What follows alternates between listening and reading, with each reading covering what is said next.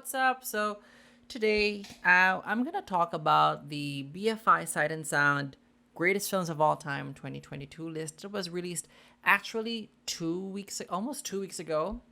I was intending to do this video earlier, but I tried to calm down. I tried to, filter my emotions to have a more rational conversation regarding this matter. So before we continue, I hope you click subscribe and you hit the bell button because we're going to talk about a lot of stuff about film and also television and other stuff in this channel. All right, so now let's go first to BFI, the British Film Institute. Every decade they release they collect lists from critics from all over the world. They collect a list of the top 10 of each critic, and then they combine all those lists into a vote, and then they see which one do the said group of film critics think are the best films of all time, the greatest films of all time. This year, I didn't know that they had another version because the first version was done in 52, 62, 72, 82, 92. I didn't know because I wasn't following lists. I have a bad thing with lists, but more on that later. But yeah, it wasn't in my mind. But then, I was in a circle of people I follow on Twitter who are into it, and I saw that they are starting to be excited about it. So they were predicting, and I was like, okay, I'm just going to be waiting along the wings and see what they have. And then boom, the number one film on that list is Jeanne Dielman, QUAI DU COMMERCE, 1080 Bruxelles by Chantal Akerman, a 1975 experimental film about a woman, a single mother who goes on her daily routine as a single mother and part-time sex worker. I thought, okay, that's interesting. And then there was a lot of response about it. But before I get to the response, let's just look at the list. From 2012, for 1952, the first film to be recognized was Vittorio De Sica's Bicycle Thieves. And then 62, 72, 82, 92, 2002, it was Orson Welles' Citizen Kane. By 2012, it became Alfred Hitchcock's Vertigo.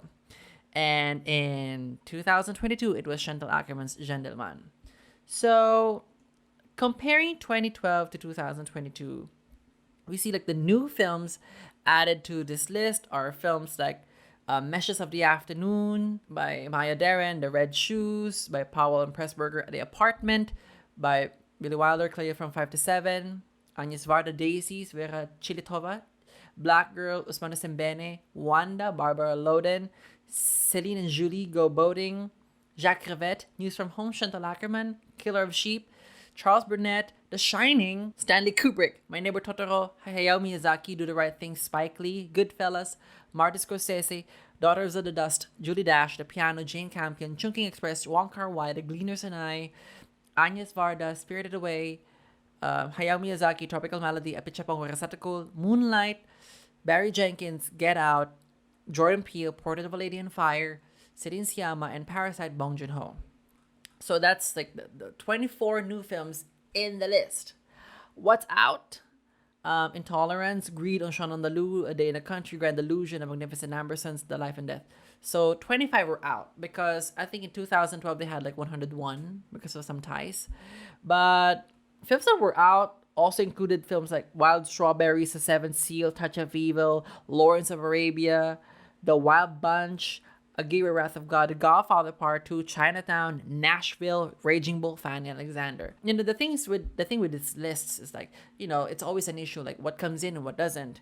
And that's fine, But this year, because of the inclusions, particularly number one, Chantal Akerman's Jeanne Dielman, and there's quite a lot of response to it. So I scoured some of the comment section on YouTube to see what we have. So, for example, all right, Jeanne Dielman is a 3.5 hour death march. The inclusion of this gigantic turd anywhere in the list of great movies is a splendid example of how the pathology of ideological possession, blah, blah, blah. Okay, Jeanne Dielman may be a good film, but it does not influence thousands of the films. Blah, blah, blah.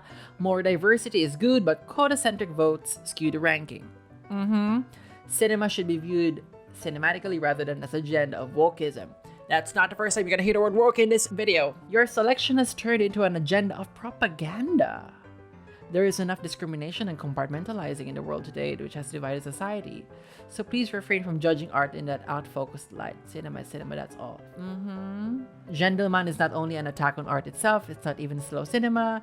It's called Watching Paint Dry. Jeanne Dielman being called the greatest movie of all time is an absolute joke. There is an objective standard to judge art that has little to do with subjective opinion. That is dead now. Oh, this is the first time I've heard of an objective standard to judge art. Alright.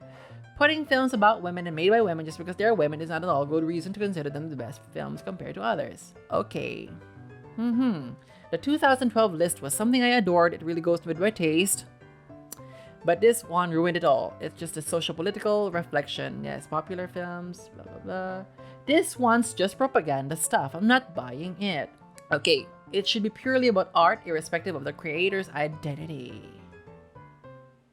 But Jeanne Dielman at number 1 is an overreaction and overcompensation. This list is just stupid. They claim it's about movies, but go on about their way to include female directors or other subjects that are representative of certain groups of people. How does being female or black make your movie better? This list lacks credibility in every sense.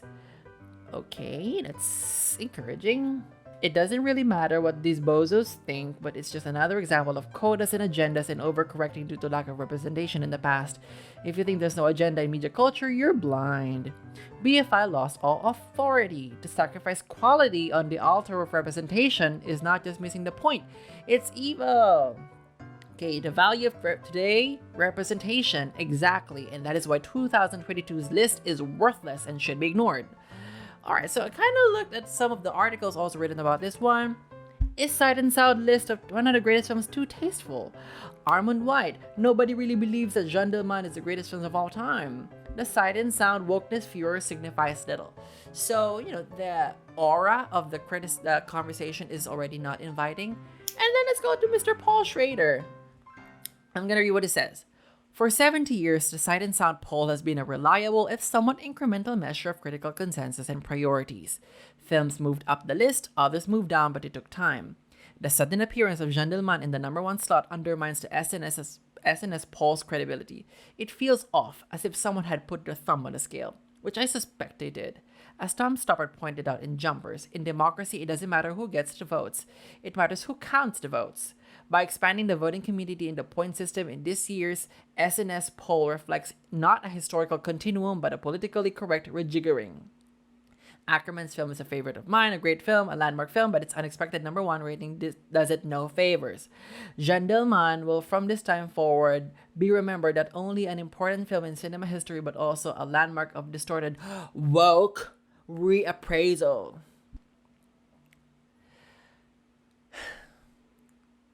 Breathe in, breathe out.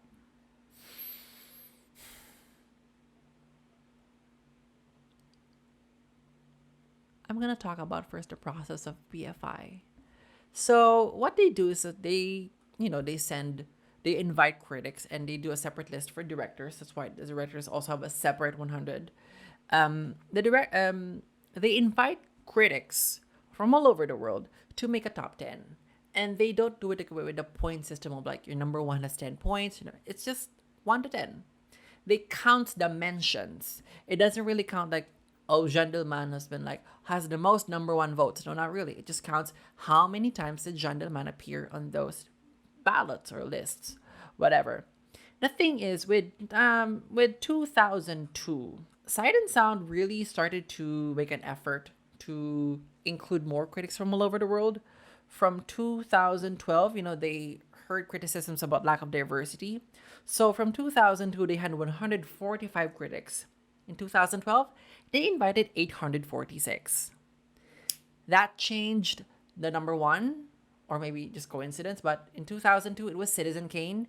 In 2012, it was Vertigo. And then in 2022, again, they upped the number of critics invited from 846 to 1,639. Again, from Vertigo to Jeanne Dielman. So that is the voting process of BFI Sight and Sound. And I have to explain just that because it's going to be It's going to be the basis of some of my issues with the response this list got.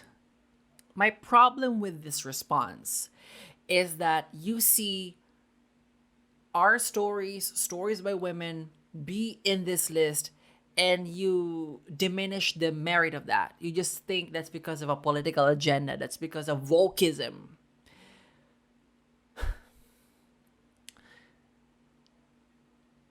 The thing that we have here is that we have a film canon that has been there for the longest time. And the reason why we have these like every decade thing, and not even BFI, but just us people in general, is that we are allowed to change our tastes. And hopefully, us human beings as a society, hopefully we move forward. Well, that doesn't always happen, but there is a growth to our taste. We change. There are things that we don't appreciate before that we appreciate now. This allows for reevaluation. Like, for example, the two films that had number one slots before. Citizen Kane wasn't unanimously loved then. Vertigo had even more mixed reception, but through time and reevaluation, they found the modern reception now is that they're one of the best ever. And there's no problem in that in reevaluation. The same thing goes with canons that we have in film. The film that has been decided by a group of people as the best ever, whoever that is. Canons are meant to be assessed, reassessed, examined, re-examined, interrogated, and even investigated. What we put in film is a mirror of us as society, and we change. And those canons that we have in film, they are not just there for us to look up to. We learn from them. We see, oh, my value, I don't agree with that anymore. Like, okay, I see the value in that, but all right. Or maybe, I question why it's not included in the canon. This film is really working for me. The canons are not untouchable. We make the canons.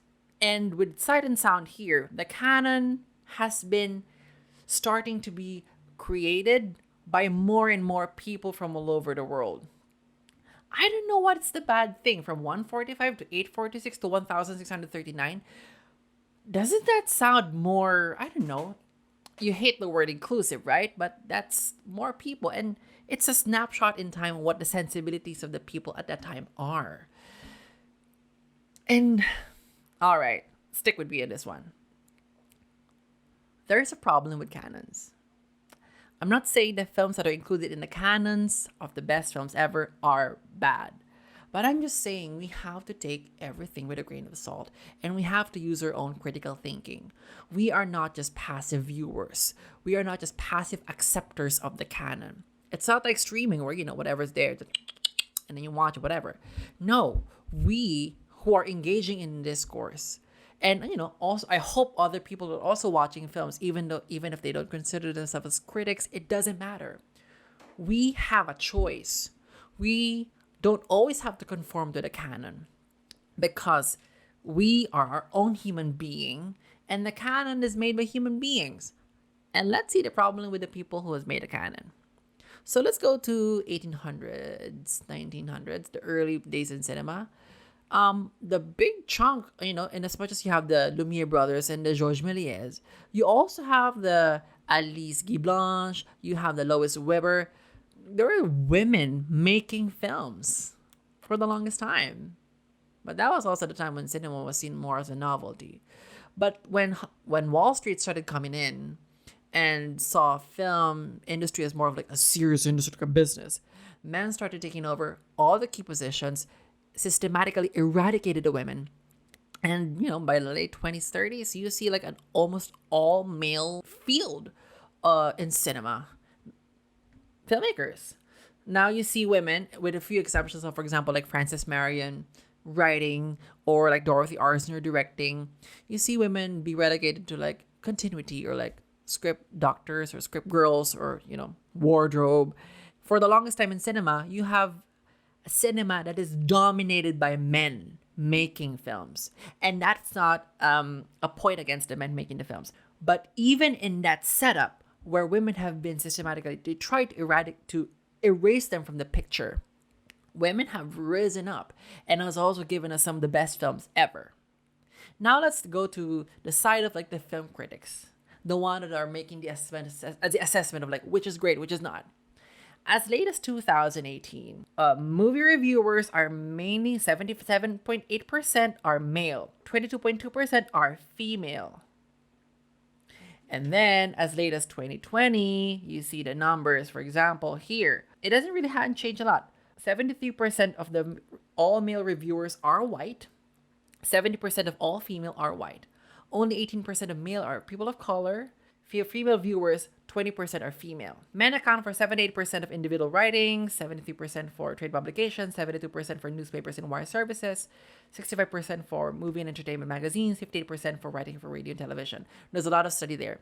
You have the Gina Davis Film Institute doing gender research, and many others. So what's my point here? The people that are making the films have systematically eradicated women. The people that are deciding which ones are like the best films ever have also been largely dominated by men. So you have women struggling to make films. And when women get to make films, you have women struggling to have their films be received because, as also proven by studies, like not all male critics really flock to see films directed by women and about women. That's why it's so important to not just have inclusion, not only be in making films, but also in the ones reviewing films. Those two factors, the one making the films and the one reviewing the films, and the thing like the Academy Awards is that these are also from the industry giving awards, deciding what is the best, also predominantly men. So you have all that stacked against women and people of color and every other minority. And the people that are predominantly white and men are deciding which is the best ever. And you're not going to question the canon that they have created? I'm sorry, but I have my own voice and I have my own choice.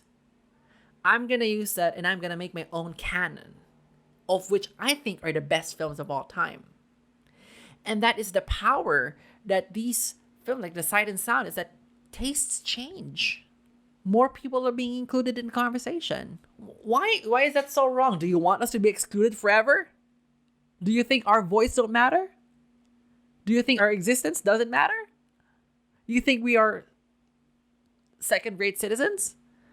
That when we are included, the integrity of the canon is being diminished because why are there women there now, like just being woke, or like why are they? It's just pushing this political agenda. Why are there black stories there? It's like, let's just separate art from politics. Why is it that when we get the chance to have a say, you think we are destroying some sort of integrity that has been decided by white people? Frankly, it's pretty racist. So that's the thing with canons, is that canons are not there to just be worshipped. You watch Citizen Kane, you like it or not, okay. Why are we being excluded again and again and again? And it feels like our existence, our mere existence in this life, in laws, and even in this film criticism, why is our existence like a political agenda that you have to be, why? And also from 2012 to 2022, have you guys lived under a rock? Because a lot of things have changed. A lot has changed. Aside from the political discourse, and for example, when Catherine Bigelow won Best Director for The Hurt Locker, I, as a 15-year-old guy, I did not understand the gravity of that win. Now I do. For me, before, seeing 5 white men for Best Director was no problem. Now I know it's a problem. And it's nothing against those guys. But why have we accepted a dominance of just a specific part of the population be the norm? So now we have conversations like this. Now we have corrective measures for this. We have now more internships and apprenticeships and like programs to include more voices from filmmaking to film criticism. If that's a problem for you, then maybe you're part of the problem because maybe you're benefiting from the inequality that we have for the longest time. But aside from that, another thing is that access has changed. You know, now films are being restored left and right, being given Blu-ray releases, being on Criterion Channel, or being found films that have been lost forever. Like, for example, now more people now more than ever are watching films by Elaine May, A New Leaf, The Heartbreak Kid, Mikey and Nikki. Now there is more access to Julie Dash's Daughters of the Dust, which I think is the biggest offender here, because not only is she part of the 11 films directed by women on the list, but is also part of the 7 films directed by black filmmakers. So black and female, like, oh yeah, woke, whatever. Kick some ass, Julie. Things are changing and sensibilities are changing, but also things like, for example, for me, I would not have been able to watch Jeanne Dielman before. I mean, it was suggested to me in film school, but I didn't know how to watch it. And I don't know, but now, because it's so accessible because of the different platforms that it's available in. Is that something wrong? Is that something wrong that we have more access to films now? Now we have our perspective. We can rediscover these lost gems, these undervalued gems. Like, for example, I know my friends hate me on this, but I love Nine, the films from 2009. I love Extremely Loud and Incredibly Close. That's not a popular thing to say, but I am comfortable with that because it's my own sensibility. I bring it to watching films. Like, film reviewing and film criticism is not just you watching a film. It's not just watching a film and then you write a review about it. It's you bringing yourself to the film and then reacting to it, and then you write about the experience that you have. It's never just objective. It is a personal experience. Watching a film is a personal experience. But, let's give merit to some of the things, point of conversation. Like, for example, 1 is from the 1910s, 9 from 1920s, 7 from 30s, 40s, 9, 50s, 25, 60s, 21, 70s, 15, 80s, 8, 90s, 4, 2000s, 2. 7 were from the 20s, 5 from the 30s, 8 from the 40s, 20 from the 50s, 60s from the 20s, 14 from the 70s, 9 from the 80s, 8 from the 90s, 5 from the 2000s, and 4 from 2010s. Before, in the 2012 list, the average year of the films in the list is 1959 to 1960. Now it's 1966 to 1967. Is the list getting younger? Kinda, but it also is a reflection of the sensibilities and the priorities and what's accessible to the viewers. And it's there's nothing wrong with it inherently. I mean, if there is a fight against eradicating or like erasing the significance of the earlier films, let's fight that fight. Let's have that fight. But this is not to question the integrity of this list. And you have the individual like critics and directors list, right? So you can actually see the 10 that each person wrote. So there's that. You can also check that out. So we have some 3 topics here, like point of contestation. Number 1, it's irrelevant, whatever. It's already discussed that. Recency bias, we just discussed that. All right, so there's this one point in the video say that, oh, it's great to have Jeanne Dielman there, but what will happen to Jeanne Dielman in the 2032 list? What will happen to the films directed by women? Because it's obvious that there's a push to include women and people of color in the list, their films. But what will happen when the push is over? I hate to break this, but right now we are in a very patriarchal society and it's obvious. The laws are very patriarchal. What's happening right now is very patriarchal. And you have the institutions that are reinforcing patriarchy, politics, religion. Those are not going away.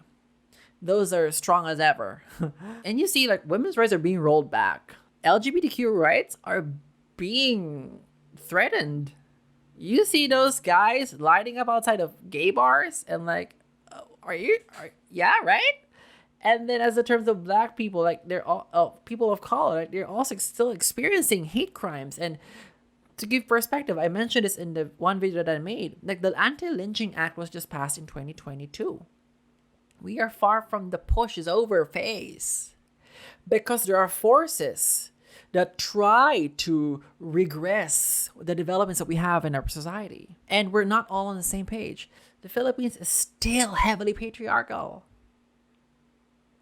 We threw away our chance at a great female presidential candidate for a male candidate with questionable record. And because women are weak. Oh, that's being taught still, like women are weak. And that women are the reason why there's rape. Yeah, that's still being said to young kids right now.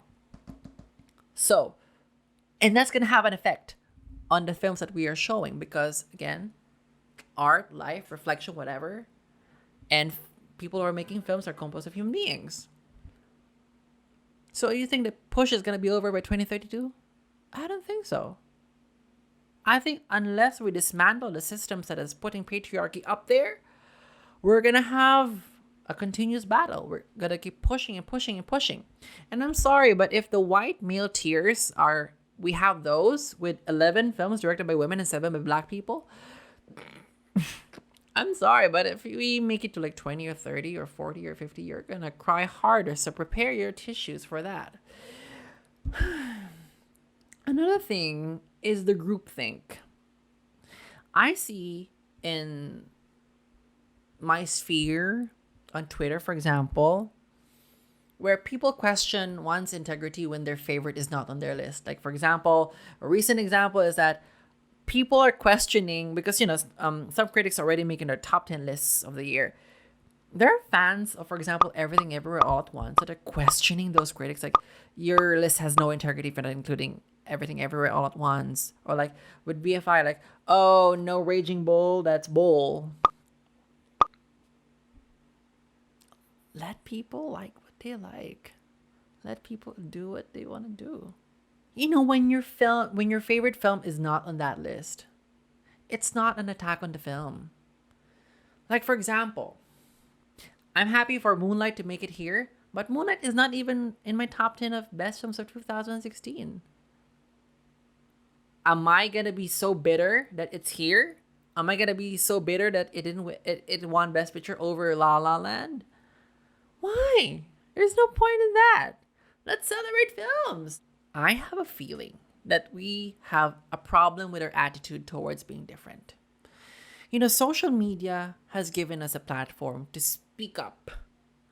And ideally, it was a place for us to be able to, it's okay to be different. You have your platform to speak and say whatever you want. With respect, of course. But social media has cultivated more than ever groupthink, where if you're not part of the trend, there's something wrong with you because you're now comparing notes with everyone. And that's sad because it takes away the individuality of the viewers. For example, in my experience with my mom and I watch films together. There are films that I love that she doesn't. And I have films that I don't love, but she does. And that's fine. And I hope really that when we see lists of critics and you don't see your favorite film, that you be comfortable with it. Let's not seek validation of our favorites in others. Our validation is enough. When we make a connection with a film, that is a personal connection that we make with a film, let's have that. Let's treasure that. Raise that flag. If you like that film, go ahead. And also, when I see lists of critics, I don't hate the critic for like, oh, I haven't seen those films. You're full of yourself. You're self-righteous. Why? For me, it's more of like, oh, interesting. Let me watch that. That's my experience with watching with critics. Like, for example, Nick Davis, who is wild. It's one of the best people in film ever. Whose like lists are like, he watches films from all over the world. And I'm like, I haven't seen like 40% of these. What I did when I was younger, I started watching those films that I haven't seen. It is on his list. The world is big. And the world of cinema is big. We will never get to see everything.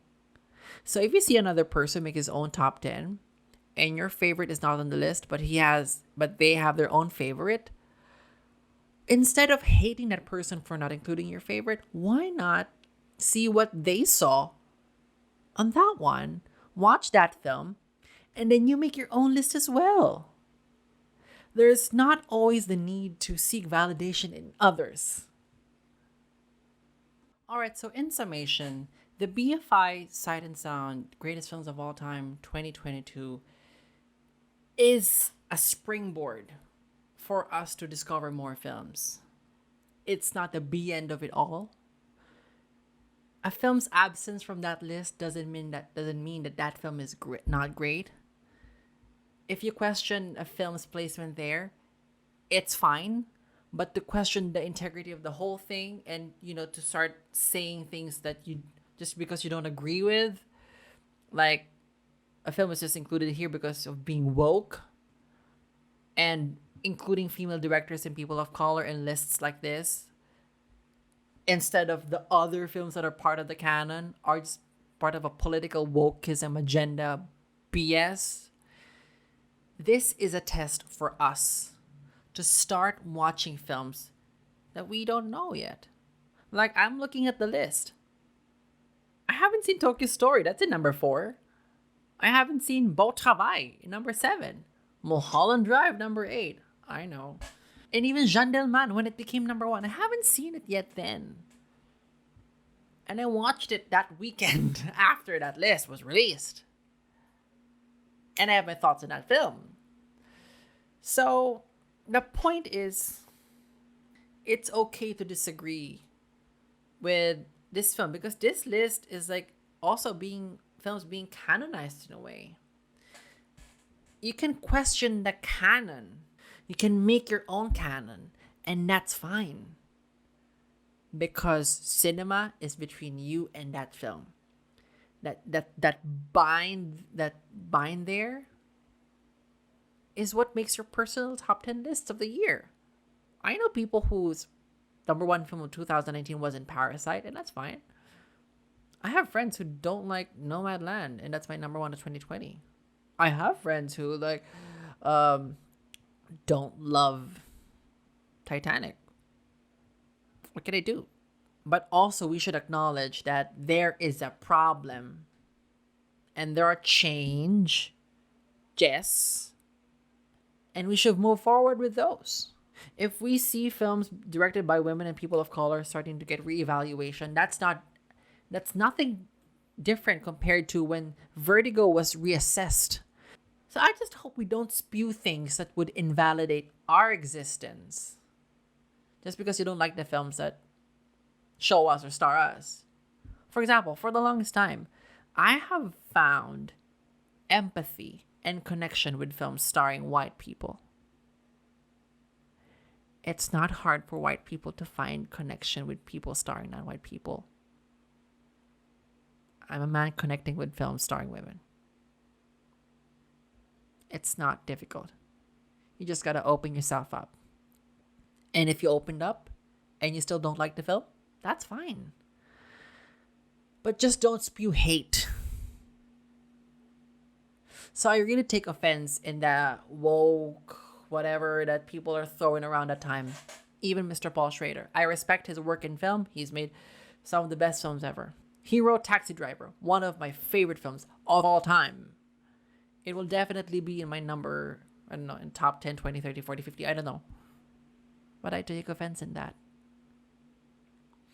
And I take offense with people feeling more comfortable with going back with the way things are, when cinemas are just all white and all male.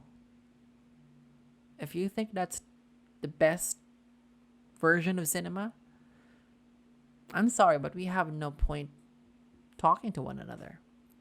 Because cinema should reflect human experience through different genres. If the population is black and white and yellow and brown, let cinema be colorful. If real life is composed of men and women and everyone within the spectrum, let cinema be that. So, the film that caused all of this problem, Jeanne Dielman. What do we think of that? I have seen it, and I will review it next time for part 2 of this conversation about this list. Okay? So, I hope you like this conversation. Please leave in the comments whatever you think. Let's be civil in the discussions. There's no reason to hate each other about film. Okay? So I hope you like this video. Please give this a thumbs up. Again, hit the subscribe button, hit the bell button. Wait for my review for Jeanne Dielman, 23 QUAI DU COMMERCE, 24 Bruxelles, Chantal Akerman. All right? I hope to see you next time. Bye.